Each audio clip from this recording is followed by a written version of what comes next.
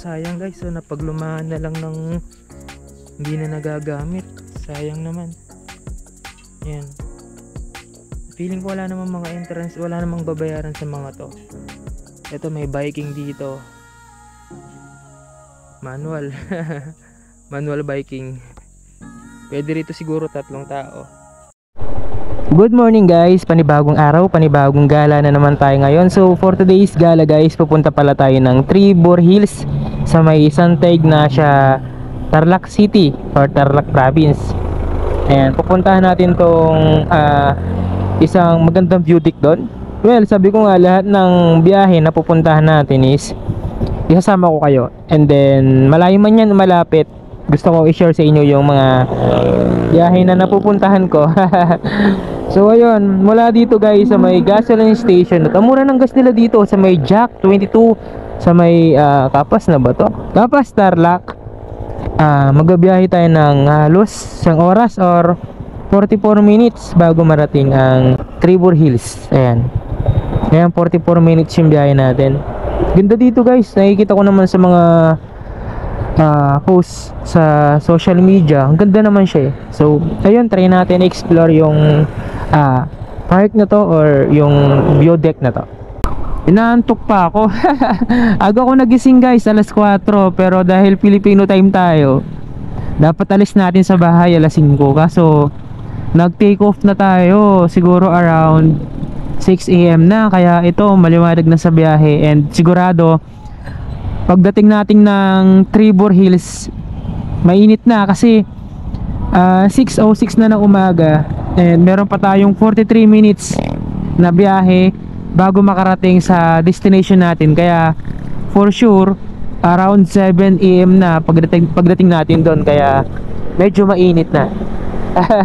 Mas maganda kasi guys sa mga bundok, magandang kuhanan ng mga drone shot kapag hindi pa ganun kasikat yung araw. Kasi nga kita mo talaga yung pagka-verde nito.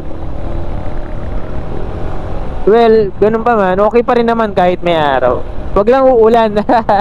Mas gusto ko na siguro yung may araw. Matapos ang 20 minutes nating biyahe guys mula sa may Kapas Tarlac, ito narating na natin yung bayan ng Santa Ignacia. So mula dito magbibiyahe pa tayo ng halos 19 minutes bago marating tong destination natin. So pagdating nyo ng palengke ng or bayan ng Santa Ignacia guys, mag left side tayo, left turn kumbaga. Ito sa base sa map natin, kakaliwa tayo dito, unang kaliwa ang gagaling dito sa may palengke ng Santa Ignacia.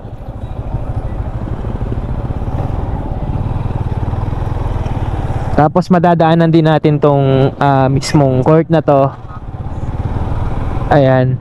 And ayun, 19 minutes pa yung biyahe natin. So medyo malayo-layo pa, 11 kilometers. Hindi naman siya ganun kalayo pala, pero siguro yung daan hindi siya ganun kaganda. Kaya medyo matagal yung biyahe natin. Unlike kanina mula Kapas hanggang dito 20 minutes lang. Pero medyo malayo na yun ha. Pero 20 minutes lang yung biyahe natin kasi yung daan dire-diretso lang. And maganda yung daan. Napahinto ako saglit dito dahil nagandahan ako sa view guys. Oh, tingnan nyo. Doon tayo dumaan kanina. So ibig sabihin napapagitan yung kabilang kalsada papuntang Manila ng bundok na to. Galing no?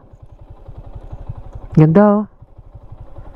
Kaya gustong gusto ko magbiyahe talaga ng medyo maaga pa kasi makikita mo talaga yung magandang ambience or magandang view, lalo na sa mga gantong kabundukan. Ganda dito, nakaka-relax. Try nyo puntahan to guys, malapit lang to. Kung around Manila or Pangasinan, north o south man yan, ilang oras lang yung biyahe nyo, mararating nyo na tong gantong kagandang lugar sa may Tarlac sa Santa Ignacia. Kung mapapansin nyo guys sa Google Map natin, meron dito nakalagay na on destination na tayo. Pero meron dito nakalagay na signage na Tribor Hills 300 meters. So ito yung dadaanan natin mula dito sa kalsada na to. Babaybay natin tong putikan na to. Hindi ko lang sure kung gaano pa kalayo to. Pero wala namang ibang daan kasi ito yung pinaka signage nila. Kasi sa Google Map kasi guys, hindi na umabot doon sa mismong Trevor Hills. Kasi nga medyo bundok na to, kaya siguro hindi na inabot. Hanggang dito lang yung map natin. Well, mula dito guys, tanaw ko naman na yung mismong Trevor Hills ayun sa taas. And napapansin ko sa daan na to guys, kahit hindi siya sementado, feeling ko ito lang talaga yung daan dito. Kasi nga mayroon din siyang baybay na pinagdaanan ng mga 4 wheels and mga 2 wheels.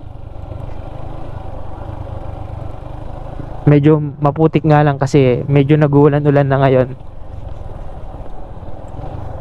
Ay, may nakasunod na motor sa likod natin. So ito talaga yung daan. Medyo madulas lang kaya nag-iingat tayo. And shoutout kay Kuya, ingat po. Napaka-presko ng hangin dito.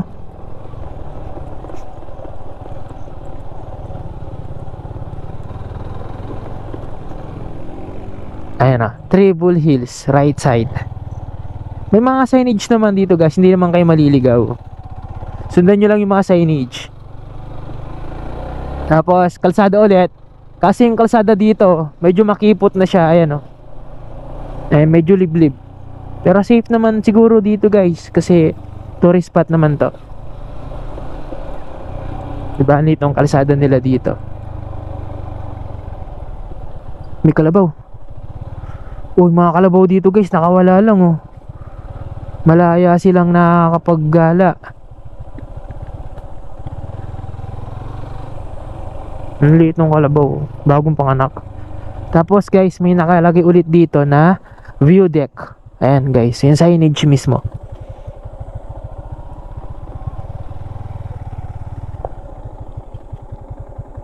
Yung dam pala dito guys, sakto lang yung dalawang gulong ng 4 wheels. Tapos yung pinakagitna niya is lupa na. So ayun, para aware lang kayo sa mga sasakyan dadalhin nyo. Yeah, may mga kalabaw dito. Then yung daan dito guys, medyo paakyat siya. Hindi naman ganun katarikan, pero challenging pa rin. Challenge pa rin kasi masikip yung daan.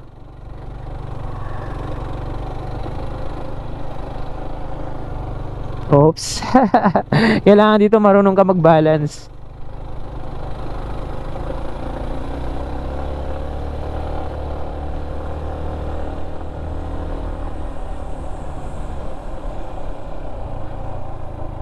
Dito na tayo.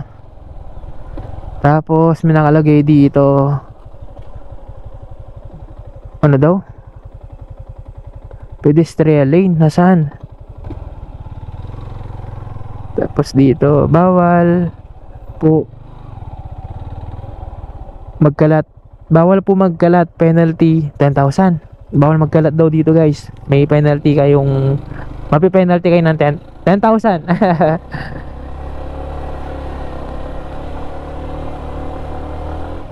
Ganda. Good morning po. Ate, saan po yung parking? Pwede po dyan? Hindi po mga agat yung aso niya, ate. Mukhang galit yung aso. Ate, okay lang po ba mag-vlog dito?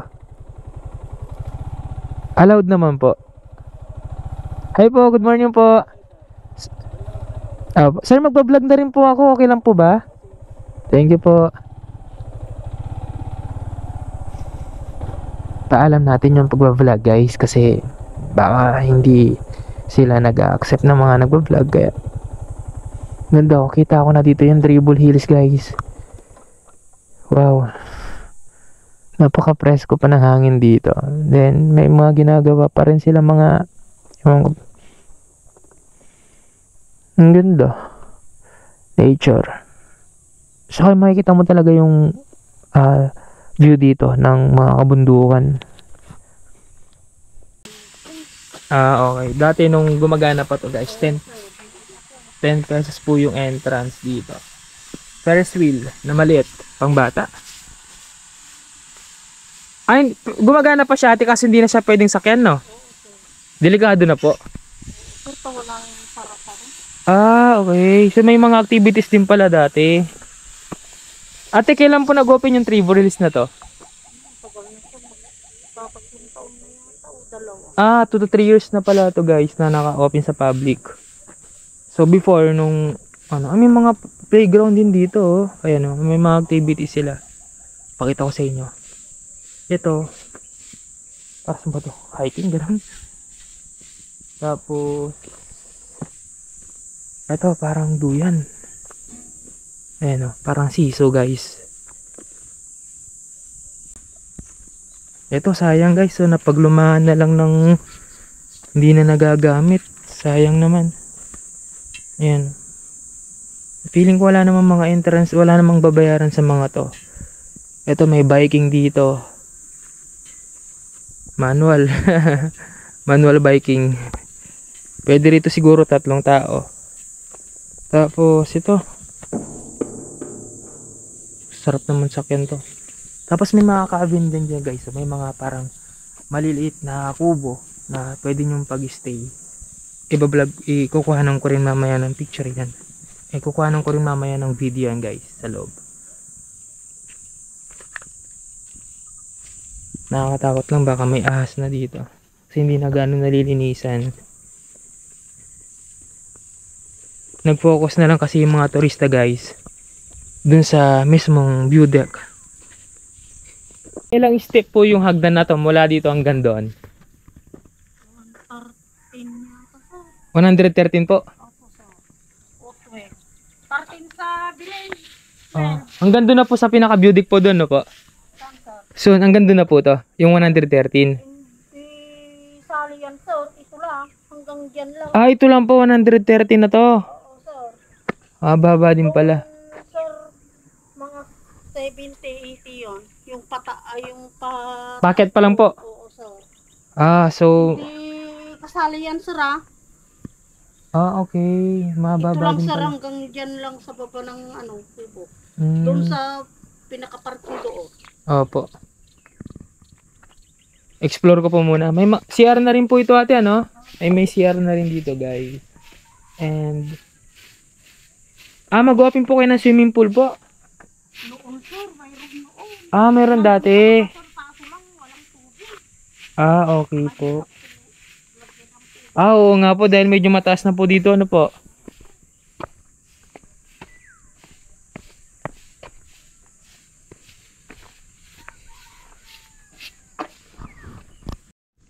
So mula dun sa taas guys hanggang dito. Ayan. 113 daw yung step na lalakarin nyo mula dun sa taas hanggang dito sa may pinakababa. Hindi pa kasali yung doon sa taas na yon hanggang dun sa pinaka view deck.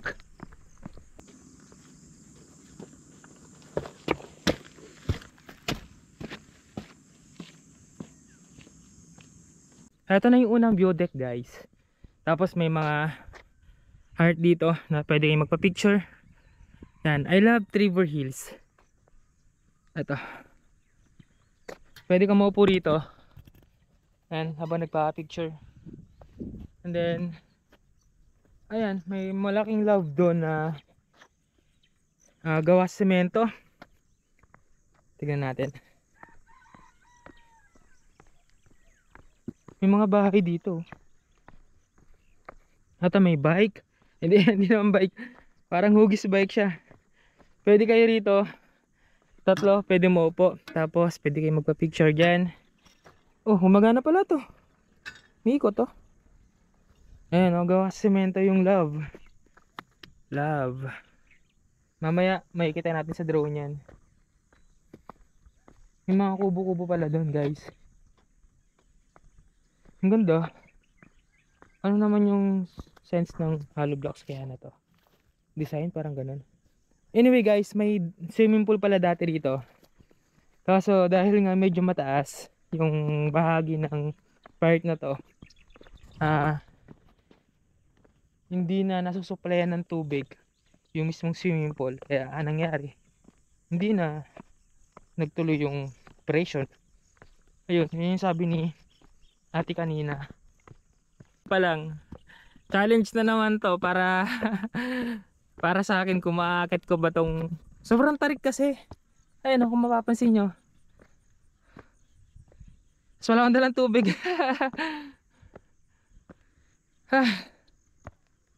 Doon tayo galing guys. So, lahat pala nagbahan tayong tubig.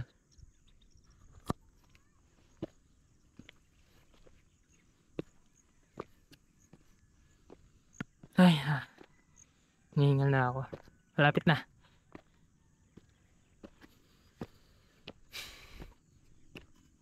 Ganda ng view.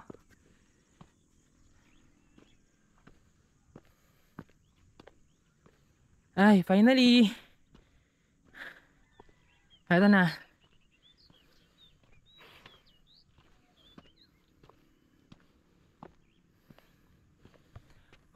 Ganda. Ganda dito. Trevor Hills. Trevor Hills. Malaki ng bundok na rin guys, oh. Yun. Tapos may kubo dito. Nakalagay, bawal po magkalat.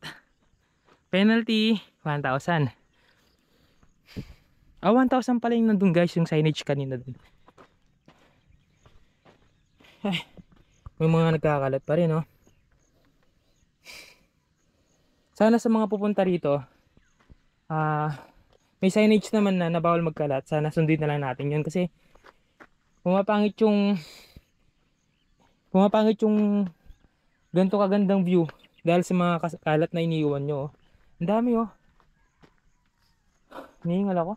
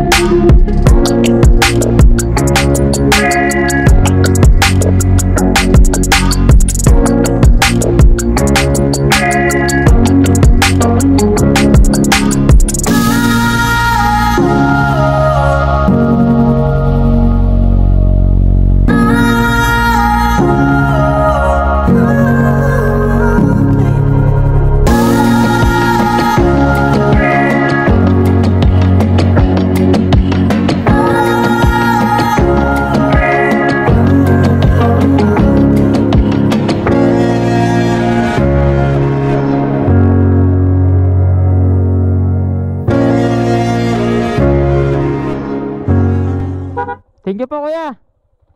Salamat.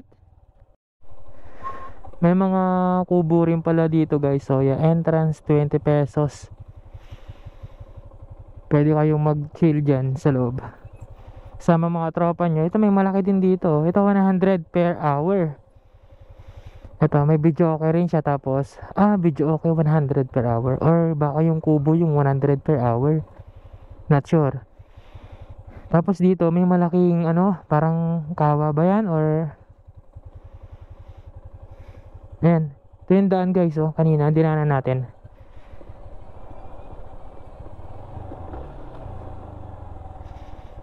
Diba? Trevor Hills Unlock. Saan kaya next destination natin? Comment down below guys kung meron kayong gustong puntahan natin. Around Pilipinas lang. Hindi. Yung malapit lang, huwag naman sobrang layo. At susubukan natin puntahan. Yan, comment down below kayo kung saan nyo gusto pumunta ulit. Kung saan gusto nyo next destination natin. Ganda dito. Time check tayo.